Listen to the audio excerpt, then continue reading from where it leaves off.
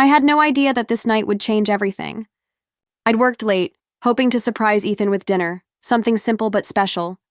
I walked into the apartment, the warm scent of his cologne lingering in the hallway, and I felt my heart race with excitement. The smell of pizza wafted from the kitchen, where I had planned to make us pasta, but as I rounded the corner to the bedroom, I froze. There they were. Ethan and Lila, my boyfriend, tangled with my sister, naked under my sheets. I couldn't move. My brain couldn't process what I was seeing. Ethan's face twisted in shock, his eyes wide as if he was caught in a trap. Lila's face was flushed, guilt written all over her expression, but it didn't stop her from pulling the blanket tighter over herself, trying to shield herself from me. From what she had done. What they had done. What is this? I whispered, my voice shaking. Ethan sat up, wide-eyed, and scrambled to cover himself. Ava, I couldn't look at him. I turned away, my hands shaking as they gripped the doorframe, trying to steady myself. I wasn't crying, not yet. I was just numb. How could they do this? How could they betray me like this? I didn't mean for you to find out like this, Lila said, her voice trembling with the kind of fake remorse I'd seen her use before. I didn't— Shut up, I said, my voice sharper than I meant. Just shut up. My chest felt like it was collapsing in on itself. I couldn't breathe. I couldn't think. Every part of me was screaming, but nothing came out. I just stared at the floor, feeling the weight of the silence crush me. Ethan stood up, his voice desperate. Ava, please. Listen to me. This isn't— You knew about this, I whispered, my eyes lifting to meet Lila's. You knew, and you still did it. My boyfriend. My sister. Lila looked away, unable to meet my gaze. Her eyes darted to the side like she couldn't handle the weight of what she had done. I'd trusted her. Trusted both of them. You didn't have to do this, I said, my voice cracking as I finally broke the silence. You didn't have to destroy everything.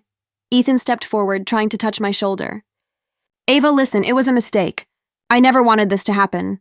I pulled away from his touch like his skin was fire. A mistake? That's what you're calling this? A mistake? He looked like he was going to say something, but I couldn't let him. No, Ethan, don't you dare try to make this my fault. Lila was crying now, her makeup smeared, but it didn't matter. I couldn't care. Not anymore. She was my sister, but what she had done, I didn't know how to forgive that. I didn't know if I ever could. Please, Lila said, her voice breaking. I never meant to hurt you. You didn't mean to hurt me? I interrupted, turning to face her fully. You didn't mean to hurt me? Then why did you do it, Lila? Why? She stammered, but she didn't have an answer. There was nothing she could say to make this better. Ethan's face was filled with panic now. Ava, please. You have to understand, it just happened. I took a step back, shaking my head. No, I don't understand. I thought I knew you. I thought I trusted both of you. But I was wrong. So wrong. The tears were coming now, uncontrollable, but they didn't feel like mine. It was like watching someone else cry from the outside. I loved you, I whispered, barely able to get the words out. I loved you both. I couldn't stay there, not in that room, not with them. I turned and walked out, not sparing either of them another glance. My hands were still trembling as I grabbed my purse as I slammed the door behind me. But as I stood in the hallway, feeling the cold air rush past me, all I could think about was how the life I had known was gone forever, and it was their fault. All of it, I had no idea what to do next. I didn't know if I wanted revenge or if I just wanted to disappear. All I knew was that I couldn't be around them anymore. Not now. Not ever. As I walked down the stairs, the tears finally came, but they weren't loud. They were silent, like the heartbreak that I couldn't even begin to understand, but the silence in my chest, it was louder than anything. The apartment I found myself in was small, almost claustrophobic. It smelled like loneliness and stale air, but I didn't care. I didn't care about anything anymore. The suitcase I'd packed had everything I needed, which was nothing. I stared at the empty walls, the dull yellow light from the ceiling casting a shadow on everything. It felt like I was in a cave, hiding from everything that had been my life. The phone rang, breaking the silence. I didn't want to answer. I knew who it was. Ethan. He'd been calling for days, each time leaving messages filled with apologies, pleading for forgiveness. But today I answered. Maybe I just needed to hear his voice. Not because I wanted to hear it, but because I wanted to know how far he could twist the truth. Ava. His voice was strained, like he'd been crying. Please, can we talk? I felt a chill run down my spine. Talk? About what? What could you possibly say that would make any of this okay? I didn't mean for this to happen, he said quickly, his words rushing out, like he thought that if he spoke fast enough, I might believe him. Lila, she didn't mean anything to me. You have to believe me. Stop, I said, my voice barely above a whisper. Don't even try. There was a long silence. I knew he was probably sitting there, trying to come up with some other excuse, something else to say. But it wouldn't work. It couldn't work. Ava, I made a mistake. But you have to understand, I was confused. No, I cut him off. You were selfish. You took something I trusted and destroyed it. Both of you. And now you think a few words are going to fix that? I could hear him breathing on the other end. The guilt in his breath made me sick. Please don't say that. I'm sorry, I swear. It meant nothing. It's just, you don't understand how it happened. I don't want to understand, I snapped. You don't get it, do you? This isn't about what happened. This is about what you've done to me, Ethan, what you allowed to happen. Please, he pleaded again. Can we at least meet? I need to explain. Explain? I echoed, the word tasting bitter in my mouth. There's nothing left to explain. There's nothing you could say to make this better. Another silence. I knew he wanted me to say something, to give him a chance, but I couldn't. I wouldn't. I can't, I said softly, feeling the weight of the words. I can't do this anymore. I love you, he said, and I almost laughed. The irony was suffocating. Don't say that, I said, my voice trembling. You don't love me. You never did. You loved what I gave you, but you never loved me. I hung up before he could say anything else. I wasn't ready to hear it. I wasn't ready to hear the lies, the excuses.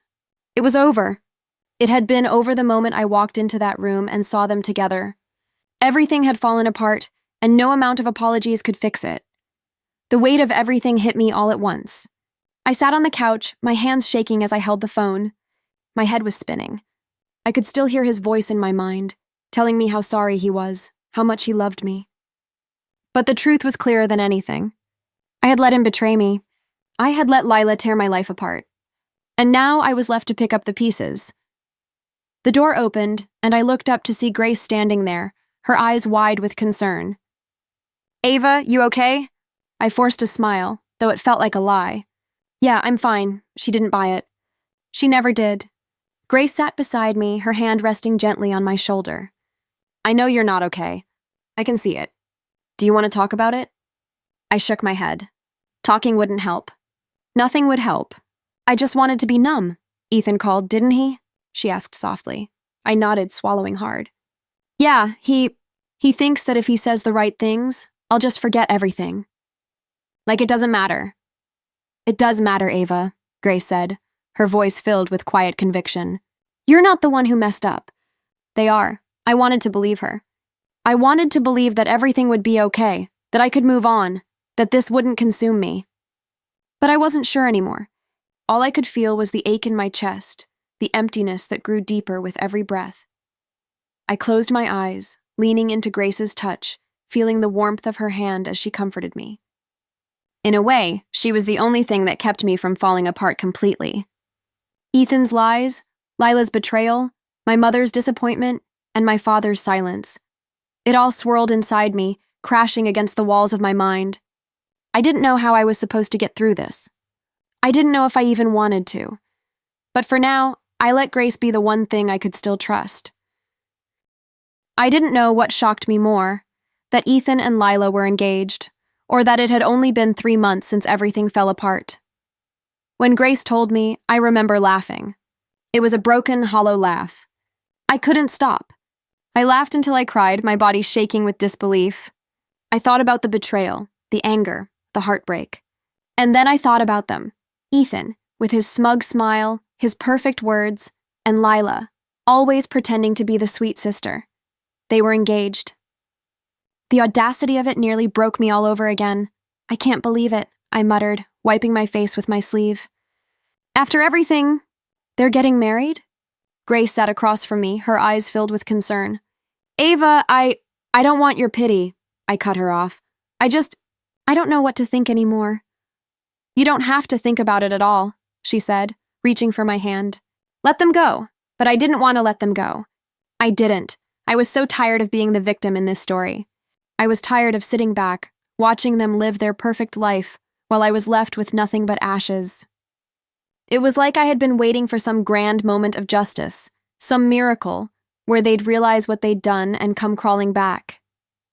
But I realized something then. I didn't want justice. I didn't want them to feel sorry for me. I wanted them to feel what I felt. I wanted to make them pay. It started small. I followed their social media profiles. I watched their posts, the way they smiled in pictures, the way they acted like they were perfect. It was all a lie. Every happy couple photo was a dagger to my chest. But I didn't cry anymore. I didn't even feel much of anything. I just watched. I was an observer now, and I learned everything. Where they went. What they did. What time they woke up. What time they ate. It wasn't hard. They posted everything. I could see it all in front of me. Their lives. Their little world that seemed so perfect. If they wanted a fairy tale, I'd become their nightmare. One day, when I was scrolling through my phone, I saw a post from Ethan. He was grinning, his arm around Lila's shoulders. I clenched my fists. It was too much. I wanted to scream, but I couldn't. Instead, I set my phone down and stared at the wall, thinking. That's when I got the message from Jordan. It was unexpected. Coming from Ethan's business partner, someone I barely knew. I'd met him a few times at Ethan's office, but he always seemed so quiet, so distant. I didn't think much of him until now. Hey, Ava, the text read. I hope you're doing okay. We need to talk. There's something you should know about Ethan. My heart skipped a beat. What could he want to tell me? I was skeptical at first, but the curiosity gnawed at me. I couldn't ignore it. I texted him back. What do you mean? The reply came quickly. It's about the way he's been running things. I don't know how to put this, but he's been making decisions that are hurting the company. I think you deserve to know. It didn't make sense. But something in his words made me pause. Maybe I wasn't the only one who saw through Ethan's facade. I agreed to meet him the next day. The meeting was in a quiet coffee shop. When I walked in, I spotted Jordan immediately. He was sitting by the window, a cup of coffee in front of him. His expression was calm, but there was something else there. A hint of resentment, maybe? He didn't look surprised to see me, though. Thanks for meeting me, he said, his voice low but steady. I sat down across from him. What did you want to tell me? Jordan sighed, looking out the window for a moment before speaking again. I don't think Ethan deserves what he's got. He's been using people to get ahead. I know how it feels. To be pushed aside, to be used. I raised an eyebrow. What are you saying? I'm saying, he leaned forward slightly, his eyes meeting mine, that if you want him to pay for what he did, I can help. We both know Ethan's been getting away with things. I've had enough of him. I stared at Jordan, feeling a flicker of something inside me. Could it be? Was I really considering this? The idea of revenge was intoxicating. It was the first time I'd felt anything close to control since that night everything fell apart. What's your plan? I asked, my voice almost a whisper. Jordan didn't smile, but there was something in his eyes. Something dark. I've got a few ideas. But I want you to know, once we start, there's no going back. I didn't hesitate. I'm in, and just like that, the spark of revenge was lit. I didn't want justice anymore. I wanted to watch them burn. It felt like an accident, the way I met Jordan. I didn't expect anything when he texted me that day, asking to meet for coffee. But something in his message had caught my attention. It was just a few words, but they were enough. I know what Ethan's really like.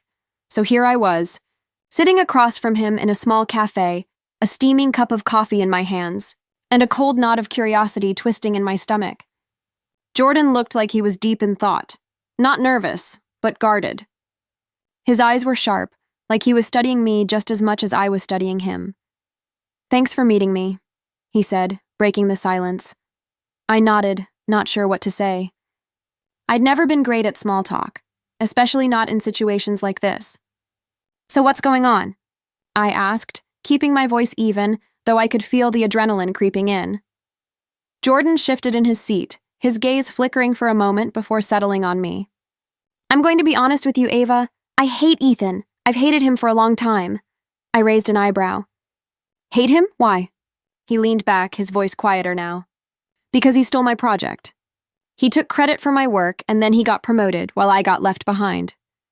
He's always been like that, using people to get ahead. I stared at him, feeling the anger build up in my chest. That sounds like something he'd do. Jordan's eyes darkened. It's not just that. He's done it to others, too. He's always making people think he's better than he really is. And I'm done with it. I don't know why I'm telling you all this, but I think you know what I mean. You've seen it too, right? I could barely breathe. He gets it. He actually gets it. I've seen it, I whispered. I've seen it all. He and Lila. What they did to me, Jordan. I can't just forget it. He nodded, as if he understood exactly what I was feeling. You shouldn't, and neither should I. I felt the weight of those words sink in. For the first time since this nightmare started, I didn't feel so alone. Maybe I didn't have to do this by myself. Maybe I didn't have to just watch them get away with it. What are you saying? I asked, my voice barely audible. I'm saying, he leaned forward, his voice low but intense, that we could ruin him, together. The words hit me like a punch to the gut. I had imagined this moment 1,000 times in my head, but hearing it out loud was different. We could ruin him, I repeated, trying to keep the shock out of my voice. Jordan met my gaze with an intensity I hadn't expected. Not physically, not in the way you're probably thinking. But we can take everything from him. His reputation, his career, his connections. We can make him look like the fraud he is. And when it all falls apart, he'll realize it's because of his own selfishness. His own mistakes, I swallowed hard. You really think we can do that? He smiled, but it wasn't a smile that brought any warmth. I've already started. Small things. Leaked emails, a few missing files, and a couple of whispers about his dishonesty. Nothing too big yet, but it's working. He's already feeling the pressure. I just need someone on the inside to help. I felt a shiver run down my spine. He was talking about doing things I had only ever dreamed of. But this isn't a dream. This is real. What do you need me to do? I asked, my voice steady despite the whirlwind inside me. Jordan's eyes gleamed. I need you to be his friend, to get close to him again. Find out what he's hiding. Give me something I can use, I hesitated. Get close to him again? The thought of being near Ethan again made my skin crawl. But then I remembered the way he had looked at me after everything. The lies, the excuses, the smugness of thinking he could get away with it. I'll do it, I said, my voice hardening. Jordan nodded, a flicker of satisfaction in his eyes. Good, because this is just the beginning. We're going to watch him fall. I looked down at my coffee, the steam rising from the cup, and for the first time in months, I felt a spark of something, power. Not the kind I had once hoped for from Ethan, but the kind that came from knowing I could make him suffer. I wanted to hate myself for thinking this way, for agreeing to something so calculated. But the truth was, I didn't care. I didn't care what it made me. All I cared about was making Ethan feel the same emptiness I had felt since the moment I saw him with Lila, and I would. I would make him feel it, over and over until he couldn't breathe. Jordan had given me the spark. Now I had to feed the fire. It started slowly, like a whisper in the wind. Rumors. At first, they were just little things. Whispers about Ethan's questionable decisions at work, about his sudden shift in behavior. Then, the cracks started to show in Lila's perfect life. She posted a photo of herself and Ethan on some exotic vacation, smiles plastered on their faces, but the comments beneath it began to shift. People were talking, and not in the way she wanted. Do you think they're still happy together?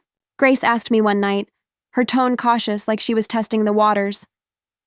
I've been hearing some things, Ava. I shrugged, staring at my phone, my thumb scrolling through Lila's latest post. There she was, posing with Ethan in matching outfits, their faces glowing under the sun. I felt a sudden rush of bitterness, but I didn't say anything. Not to Grace. I wouldn't worry about it, I said, forcing a smile. It's not like it matters. Grace didn't believe me, though. She'd never been one to shy away from the truth. Ava, are you sure this revenge thing is really working for you? I didn't answer right away. I couldn't, because deep down I knew she was right. Revenge was supposed to make me feel better, wasn't it? But all it did was leave me feeling empty. I thought taking Ethan down would fill the hole in my chest, but all it had done was make the hole bigger. Every day I watched their lives unravel. Ethan lost client trust. Lila's perfect image on social media started cracking as people caught on to the lies. And yet, none of it made me feel the victory I thought I'd get. I did my part, though. When I got screenshots of Ethan flirting with someone else, someone he had been talking to for weeks behind Lila's back, I sent them to her anonymously. It didn't take long before she posted about it online, her breakdown for everyone to see. She was a mess. She didn't just cry. She raged. But no one had sympathy for her. Not anymore. Not after everything. I should have felt victorious. I should have felt the satisfaction of watching her world crumble, just like mine had. But all I felt was that familiar emptiness, the same emptiness that had settled in my chest the night I caught them in bed together. It was like I hadn't even touched the surface of the pain. "You okay?" Grace asked, watching me as I stared at the screen. "You don't look okay." I didn't know how to answer her. How do you tell someone that you've destroyed people's lives and still feel nothing? Or worse, feel empty? I'd thought I could get my justice, but now all I had was a pit in my stomach that wouldn't go away. "I'm fine," I lied, dropping my phone on the table. I don't know. I thought it would feel different." Grace didn't say anything for a long time. She just sat there, her eyes soft and full of understanding. I couldn't look at her.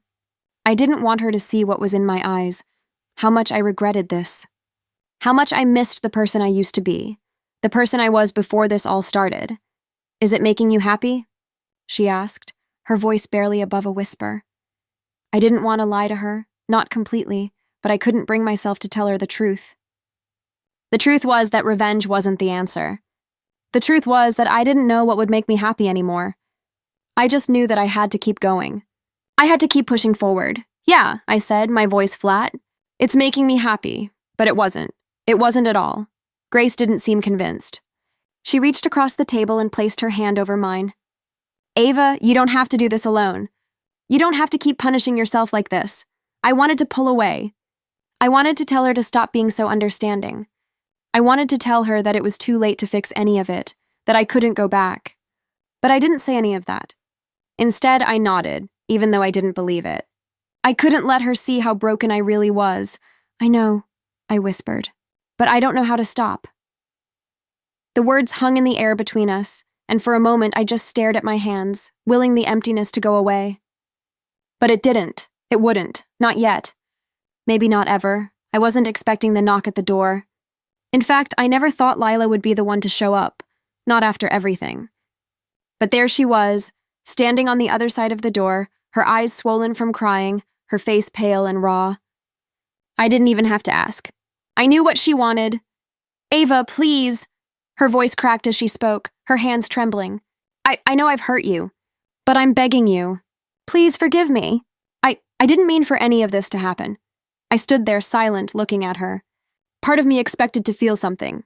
Anger, rage, even a little sadness. But instead I just felt nothing. I had nothing left to give her. The years of trusting her, loving her, and then watching her destroy everything. It had taken every bit of feeling I had for her. Now there was only a hollow ache. "You didn't mean for this to happen?" I repeated, my voice cold, emotionless. "You didn't mean for this to happen, Layla? How many times did you do this? How many times did you choose him over me?" She flinched as if my words were a slap. "I'm sorry. You never meant to hurt me," I interrupted, cutting her off. "That's all I've heard. You didn't mean it. But you did it anyway." I stepped back, not letting her get any closer. I could see her face fall, the way her lip quivered as she reached out like she was trying to hold on to something that was slipping through her fingers. "Ava," she whispered, her voice barely audible. "Please, I love you. I never meant to take everything from you." "You made your choice," I said, my voice flat, hard as stone, "and I've made mine." I didn't feel anger or bitterness. I just felt empty. For years she had taken everything I loved, my trust, my relationships, my sense of security. She had taken Ethan from me, and now she was losing it all. Her tears, her pleas, they meant nothing. There was no apology that could undo what she had done. She had chosen him again and again, and I was done. She opened her mouth to speak, but I didn't give her the chance. "You don't get to come here and beg for forgiveness after everything you've done. You don't get to ruin my life and then expect me to fix yours. She took a step back, her shoulders shaking with sobs, and I felt nothing. No sympathy, no regret, just a deep, unsettling calm. This was the moment where I finally let go of the last of it. You ruined everything, I said, my voice almost a whisper. Now it's your turn to watch it all fall apart. I turned away from the door, leaving her standing there, her cries echoing in the hallway. But I didn't look back. I couldn't. There was nothing left to salvage. As I sat on the couch, the weight of everything seemed to settle on my shoulders. And just as I started to let myself breathe, my phone buzzed on the coffee table. I picked it up without thinking and saw Ethan's name flash across the screen. I almost didn't answer, but something inside me told me to pick up. I slid the screen to answer. You did this, didn't you? He said, his voice thick with frustration and anger. You've been behind this. You've been messing with my life, haven't you? I couldn't help the smile that tugged at the corner of my lips. His voice, the desperation in it, was all I needed to feel a brief flash of satisfaction. He had no idea what was coming. You made your choice, Ethan, I said, my voice steady, almost detached. Now you get to live with it. His silence on the other end of the line was enough to tell me everything. He realized what was happening, what had started to unfold. And there was nothing he could do to stop it. I'll make you regret this, he growled. I laughed, but it wasn't out of amusement. It was out of relief. I had control now. For once, I was the one calling the shots. Go ahead, I said, leaning back against the couch. But I don't think you'll get the satisfaction. I hung up the phone before he could say anything else. I didn't need to hear him anymore. Not now, not ever. I stared at the screen of my phone, my heart beating evenly in my chest. For the first time, I felt nothing but the power of my own choices. They had taken everything from me. Now it was my turn to take everything from them, and they had no idea what was coming. I never imagined it would feel this way, watching Ethan's life crumble. I had always thought that when it happened, when he finally fell from grace, I'd feel some sort of satisfaction. Maybe even happiness. But I didn't. What I felt instead was emptiness, and I hated it. It didn't take long for Ethan to lose everything. His company fired him first. Apparently, they were tired of covering up his lies. Then came the whispers, rumors about him, about his shady deals, about his betrayal of not just me, but of everyone around him. It spread like wildfire, leaving a trail of destruction in its wake. The worst part? He didn't even seem to care about the consequences at first. He still tried to pretend everything was fine.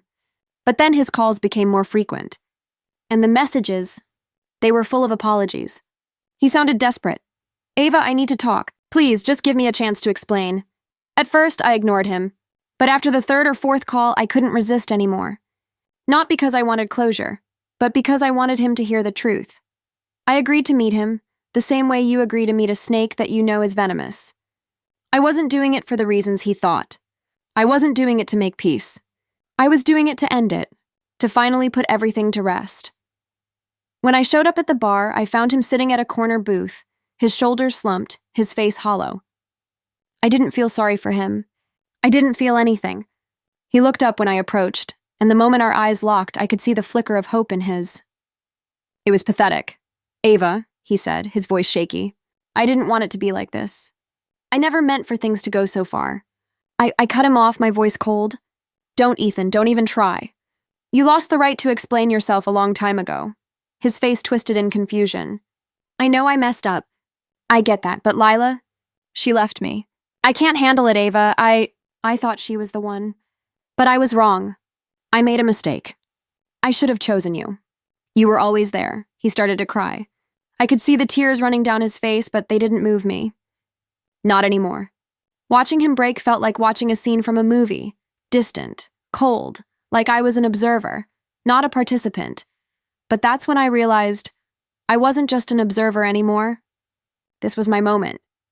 You didn't make a mistake, Ethan, I said, leaning in slightly, my voice low. You didn't make a mistake. You made a choice, and that choice is why you're here, sitting across from me, crying. You chose Lila, over and over again. And you chose to destroy me. You made your bed, and now you're lying in it. His eyes widened in horror. He was listening now, really listening. But it was too late. Why? He whispered, voice cracking. Why did you do this? I didn't deserve this. I leaned back in my seat, folding my arms across my chest. You didn't deserve it? Ethan, do you have any idea what you've put me through? What you and Lila did to me? For years I stood by you. I loved you. And you turned everything into a lie. I took a breath, steadying myself. It was time. Time for him to finally hear the truth. You don't even know this, but I've been watching you. I watched everything. Every lie you told, every little thing you tried to hide. You thought I wouldn't notice? You thought I wouldn't find out? You made me the fool, Ethan, but I learned from the best. His expression changed then. His eyes darted to mine, searching for some sort of empathy, some hint that I would forgive him. But there was nothing left. Nothing at all. Every little thing I did to ruin you, I continued, a dark smile tugging at my lips. Every whisper, every email I leaked, every message I sent. That was all me. I set every single one of those traps, Ethan, and you walked right into them. You were always so sure of yourself. So arrogant. You thought you could get away with it. Well, you didn't, and now here you are. He was speechless now, his face pale, his mouth opening and closing without sound. I leaned closer, my voice barely a whisper. You made your choice, and now you get to live with it. I hope it was worth it. And then I stood up, not looking back, not waiting for him to say anything else. There was nothing more to say. I had done what I needed to do. I had broken him, just like he'd broken me. I walked out of that bar with a sense of finality, but not the victory I expected. Instead, I felt free. There was no more pain, no more waiting for something to change. Everything was finished, and in the end, I realized, revenge didn't feel like I thought it would. But it was the only thing that could make me feel something again. The moment I walked out of that bar, I thought I'd feel something. Satisfaction, closure, relief, anything. But as I stood on the sidewalk, the city lights flickering around me, all I felt was exhaustion. I had expected to feel empowered, like I had finally taken back control. But instead, there was only emptiness. I'd spent so much time hating them, trying to ruin their lives, but now that it was done, I wasn't sure what I had left. When I got home, I collapsed onto the couch. My phone buzzed beside me, and I glanced at the screen. It was a message from Jordan. I admire your strength, Ava. You really got him good. For a second, I considered replying. But I didn't. I couldn't. There was no part of me that wanted to bask in his praise. I had no interest in hearing anyone tell me how strong I was. I had no strength left. I had given it all away. Grace called that night. I didn't want to answer. Not because I didn't want to talk to her, but because I knew what she was going to say. She'd warned me over and over about what revenge would do to me. I had ignored her then. But now I wasn't so sure. I picked up the phone, my voice flat. Hey, Ava, are you okay? Her voice was soft, like she already knew the answer. I didn't answer right away. I didn't even know what to say. I felt like I was drowning, but I couldn't tell her that. I had to lie, even though the lie was getting harder and harder to hold up. Yeah, I'm fine. You don't sound fine, she said, her tone gentle but insistent. I know you've been through a lot, but please, Ava, don't let them keep living inside you. Her words hit me harder than I expected. Don't let them keep living inside you. The truth was, they still controlled me.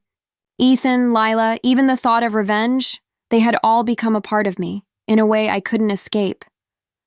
I had spent so much time plotting against them, trying to make them pay, that I had forgotten what it felt like to be me. I had forgotten how to live without their shadows hanging over me. I know, I whispered. I don't know how to stop. You don't have to keep doing this, Ava. Revenge. It's not worth it. I stayed silent for a moment, looking around my apartment like I was seeing it for the first time. The walls felt suffocating, the air thick with the remnants of everything I had tried to destroy. It's too late, I said, almost to myself. I've already done too much. Then stop, Grace said firmly. Stop before you lose yourself completely. I didn't respond, but her words stayed with me long after the call ended. I sat there staring at the empty space in front of me, feeling like I was caught between two versions of myself, the one who had sought revenge, and the one who just wanted peace. That night, I did something I never thought I'd do. I gathered everything, all the photos, all the letters, all the reminders of what I had once had. The dress I wore the night everything changed. I could feel the weight of it all as I placed them into the trash bin, one by one. As I stood there, holding the lighter in my hand, I realized something. The fire wasn't just for the past, it was for me. I had to burn away the parts of myself that had been consumed by bitterness, by rage. I set the pile on fire, watching the flames dance as they devoured everything. The smell of burning paper, of memories turning to ash, filled the air. And for the first time, I felt a flicker of something. Not relief, but the smallest hint of release. As the last remnants of the photos crumbled into nothing, I whispered to myself, it's over. The revenge, the pain, the darkness, all of it was fading. I had to let go. I had to let my old self die, the one who couldn't move on, the one who was shackled by anger. The person I had been wasn't the person I wanted to be anymore. When I stepped away from the fire, I felt lighter. Not happy, not whole, but different. I had taken the first step toward healing. I didn't know what came next, or if I would ever feel like myself again, but for the first time in a long time, I didn't feel consumed by the past, and that was enough. For now. Months had passed, but it still felt like I was in the middle of rebuilding. Every day was an effort, but it was a different kind of effort. It wasn't about revenge anymore. It was about me, about finding the person I used to be before everything fell apart. A person who didn't need to be consumed by anger and bitterness. I found a new job in the city. A fresh start. I had my own apartment now, away from the ghosts of the past, and I filled it with things that felt like mine. I set a new routine. I woke up early, went to work, spent my evenings alone or with Grace. I started to find peace in the silence, in the stillness. There was no Ethan, no Lila, no drama. Just me. One afternoon, as I was sipping my coffee and working on a report, I saw it. A letter slipped under my door. My heart dropped when I saw who it was from. Lila. I opened it slowly, reading the words she had written. She apologized. She said she was sorry for everything. For betraying me, for tearing my world apart. But I didn't feel anything as I read it. Not anger, not relief, just nothing. I crumpled the letter and threw it in the trash. Some apologies aren't meant to be answered. She had her chance. She made her choice, just like Ethan had. And now, it didn't matter. A few days later, Grace came to visit. She knocked on my door and stepped inside, looking at me like she was seeing someone different. She smiled, but there was something in her eyes that told me she saw more than just the surface.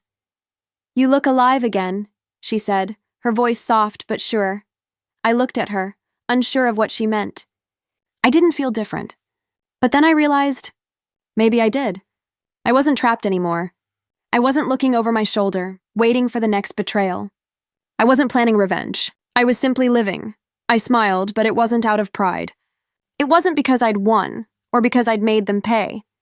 It was because I had finally reclaimed myself. I had found my peace, not through vengeance, but through letting go. "I am," I said, my voice steady. For the first time in a long time, I really feel like I'm living. Grace's smile widened.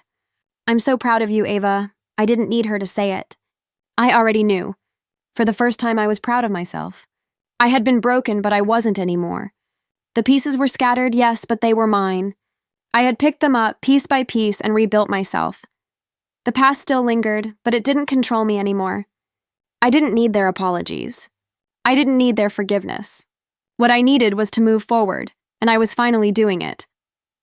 I'm not seeking revenge anymore," I said, my voice barely a whisper. "I'm just reclaiming myself." Grace didn't respond at first. She just nodded like she understood. And for the first time, I felt free. Not because of what I had done to them, but because of what I had done for myself. A year had passed, but the weight of everything still lingered in the corners of my mind. The anger, the heartbreak, the vengeance, it all seemed so distant now. The past had faded into something like a memory I could no longer touch. But today, I found myself back in my old town, walking down the same streets where it all began. I didn't come here to confront anyone. I didn't come for closure, or to relive the past. But when I stepped into the diner, there he was, Ethan. He was sitting alone at a booth, unshaven, his eyes glazed over. He didn't notice me at first. He didn't even look up when the bell on the door jingled as I walked in. I stood there for a moment, watching him. His once confident posture was now slumped. The charm that had made him so irresistible was gone, replaced by something dull, empty. He looked broken, and for a second, A brief second, I felt pity. Not for the man I had loved, but for the shell of the person he had become. But as I stood there, I realized something. This wasn't my victory. I didn't need to destroy him anymore. He had already destroyed himself. Karma had worked in its own quiet way, and he was paying the price for everything he had done, for every lie, every betrayal. I could see it in the way he held himself now, how he avoided eye contact with anyone, how he didn't seem to care anymore. This was all the result of his own choices, and I had no hand in it anymore. I didn't want to feel pity. I didn't want to feel anything for him. So I turned to leave, but before I did, I paused. It was a strange feeling, like the last weight had been lifted. The past was no longer mine to carry. As I walked out of the diner, I whispered to myself, "I forgive you, Ava." It was the first time I had said it. I had spent so much time hating them, hating myself, and I realized that forgiveness wasn't for them. It was never about them. It was for me. It was for my own peace, my own freedom. I had already moved on. I had already won. And it wasn't in any grand gesture or dramatic confrontation. It was in this quiet, simple moment when I finally let go.